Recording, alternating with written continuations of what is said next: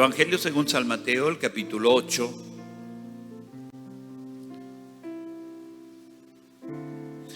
Dice la palabra de Dios en el versículo 5 en adelante. Entrando Jesús en Capernaum, vino a él un centurión rogándole y diciendo: Señor, mi criado está postrado en casa, paralítico, gravemente atormentado. Y Jesús le dijo: yo iré y le sanaré. Respondió el centurión y dijo: Señor, no soy digno de que entres bajo mi techo. Solamente di la palabra y mi criado sanará. Porque también yo soy hombre bajo autoridad y tengo bajo mis órdenes soldados. Y digo a este: ve y va, y al otro: ven y viene, y a mi siervo: haz esto, y lo hace. Al oírlo Jesús se maravilló y dijo a los que le seguían: de cierto os digo que ni aún en Israel he hallado tanta fe. Y el último versículo, el 13, dice: entonces Jesús dijo al centurión: ve, y como creíste te será hecho. Y su criado fue sanado en aquella misma hora. Dice la palabra de Dios que un centurión, el Señor había estado haciendo muchos milagros, y luego de Galilea vino a Capernaum, y allí un oficial del ejército romano va hacia él, un centurión, y de ahí viene la palabra. Estaba al mando de aproximadamente 100 soldados. Era un hombre muy respetado. Y eran los centuriones, los oficiales de mayor rango en el ejército romano. Así que no le fue fácil acercarse a Jesús. Tuvo obstáculos para que él se acerque a Jesús. Había obstáculos, pero él pudo superar esos obstáculos, que eran la incomodidad cultural. Tenía otra cultura, tenía sobre él una presión política de cómo se iba a acercar a Jesús, que era perseguido. Pero él los pudo pasar y llegar a Jesús. Yo quiero hablarte hoy de los secretos de la fe. Y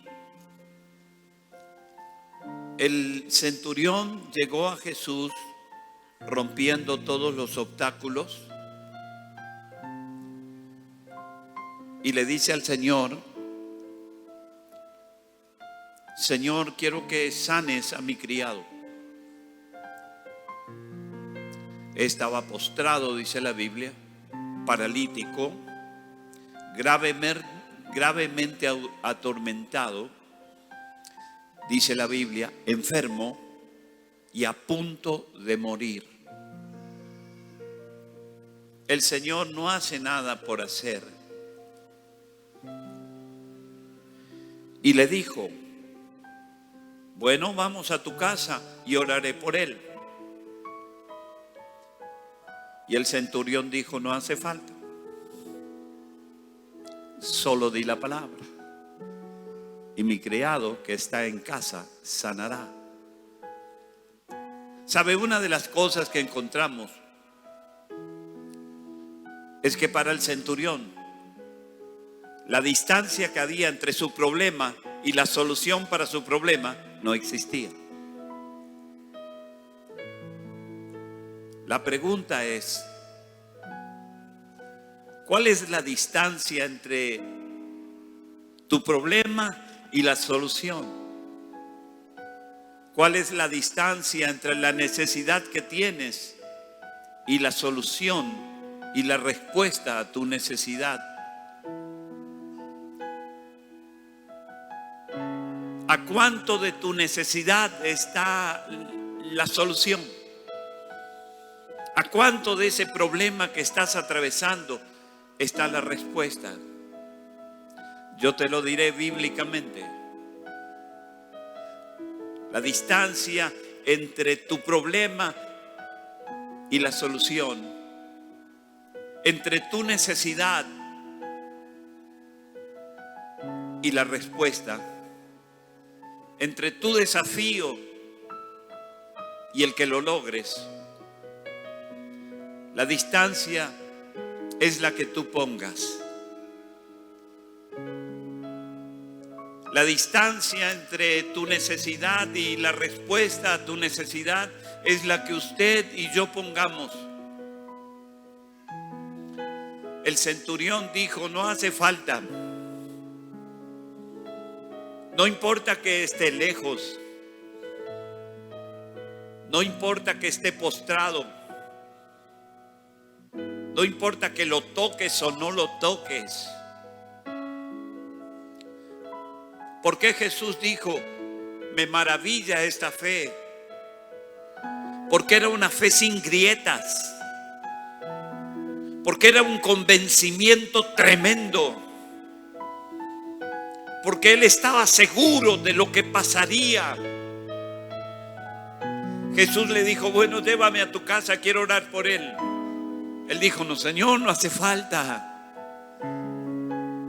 Porque para él su necesidad y la respuesta no tenía distancia alguna. Y le dijo: solo di la palabra. Solo di la palabra. Dila aquí, donde estamos. Y donde esté la necesidad, tu palabra llegará. Jesús dijo: ni en Israel he visto tanta fe. Estoy maravillado de escuchar un hombre con tanta fe. Porque ese hombre demostró que entre su necesidad y la respuesta a su necesidad no había distancia. Y Jesús vio en ese hombre una fe sin grietas. Su criado estaba postrado, paralítico, gravemente atormentado, enfermo y a punto de morir. Podía pasar de todo, no solo con el criado, podía pasar con él mucho también, porque era un oficial de alto rango en el ejército romano. Pero su fe, porque la fe sin grietas es esa fe que cree que Dios no va a hacer algo, sino que Dios lo hará todo. Que tampoco Dios dejará cabos sueltos. Y que esa actitud de fe de él, aunque esté en peligro, porque era oficial romano, no corría ningún riesgo. Porque cuando Dios contesta, contesta en forma perfecta. Los movimientos de Dios son perfectos. Los movimientos de Dios escapan a nuestra inteligencia, a nuestra razón, a nuestra lógica. Y Jesús dijo: nunca encontré tanta fe. Y le dijo al centurión: ve a ver lo que creíste. Ve a ver el milagro que pediste. Porque esa fe que tienes no puede quedar sin recompensa. Lo que puede producir tu fe en tu vida. Y dice que el centurión se fue. Y dice la palabra que en el mismo momento, en el mismo instante donde el centurión le dijo al Señor, en ese mismo instante cuando Jesús le dijo: el criado anda a ver porque se sanó. En ese mismo instante después le cuentan que su criado se sanó. En el mismo instante, no solo que Jesús dijo: ve, porque tu criado se sanó, sino que yo creo que el criado se sanó cuando el centurión dijo: solo di la palabra. Qué maravilloso es saber esto. Quiero que repitas conmigo un versículo que tantas veces lo leímos, pero que no solo lo repitas con tus palabras, sino con tu corazón. La Biblia dice que con nuestra boca confesamos, pero con nuestro corazón creemos. Qué bueno que es cuando esa fórmula, esa combinación se hacen presente. Que no solo digo palabras confesando, sino que las digo confesando, creyendo en mi corazón lo que estoy diciendo. Es tan poderosa la promesa que Dios nos hizo. Y dice este texto bíblico: de acuerdo a tu fe, te será hecho. Mire qué profunda es la enseñanza en estas pocas palabras. Acá hay una palabra maravillosa, una palabra que puede cambiar nuestra concepción, nuestra perspectiva, nuestra manera de ver las cosas. Cuando nos damos cuenta de que nosotros, aún siendo como somos, limitados y torpes, somos una pieza clave para que suceda el milagro.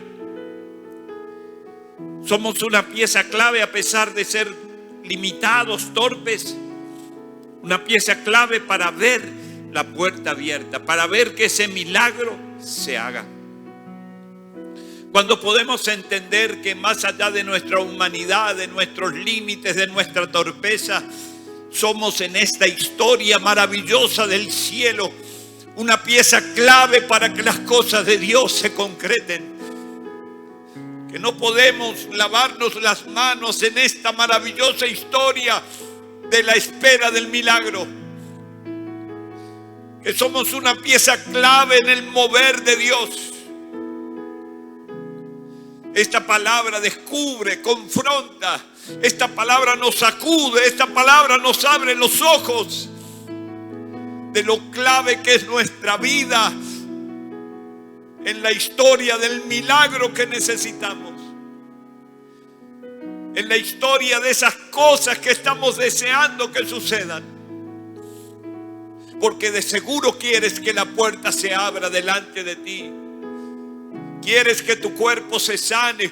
Quieres que te llamen de la mejor empresa. Quieres vivir bien porque toda la gente quiere que le suceda cosas buenas.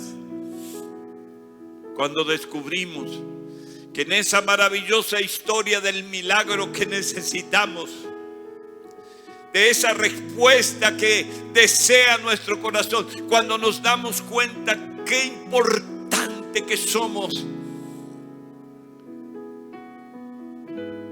en esta fórmula perfecta. Y yo quiero que nosotros sepamos que Dios no tiene que tener un contexto favorable para hacer el milagro. No necesita. Y allí estaba el pueblo. Yo no sé usted, pero yo siempre que digo algo me imagino a los padres viendo a sus hijos y decir: qué bárbaro, cómo pudimos salir y estamos aquí en el desierto y nos falta un poco. Y de pronto este mar que se interpone entre nuestra vida y la libertad, entre nosotros y Canaán, la tierra prometida. Y cuando estaban pensando esa adversidad de no poder cruzar ese mar que era tremendo, se suma a ese contexto adverso algo más trágico todavía. Y era que empezaron a escuchar los ruidos de un ejército que no era amigable, sino que venía con toda la furia de poder tomarlos de nuevo y castigar a algunos matándolos, pero a otros llevándolos de nuevo para ser esclavos. Y se sumó más de 600 carros, imagínese eso, con sus generales, con sus lanzas. Y el mar y el padre mirando a sus hijos que apenas caminaban del hambre que tenían. Pero ¿dónde podemos llegar? Porque si no estaría este mar, bueno, puede ser que haya una posibilidad. Y si este ejército que yo estoy escuchando, que seguro es Faraón que viene contra nosotros, si no hubiese estado y si hubiese ido para otro lado, quizás teníamos una chance.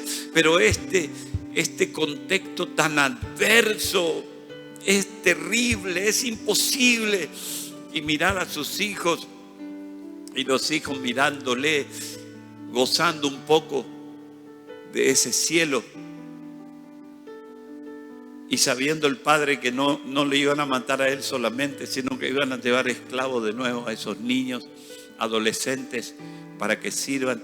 Y ellos sabían lo que era la vida en esclavitud. Y no querían eso para sus hijos, pero estaban viendo que en el contexto adverso eso tenía que pasar. Pero alguien, iluminado por el Espíritu de Dios, dobló rodillas y clamó a Dios.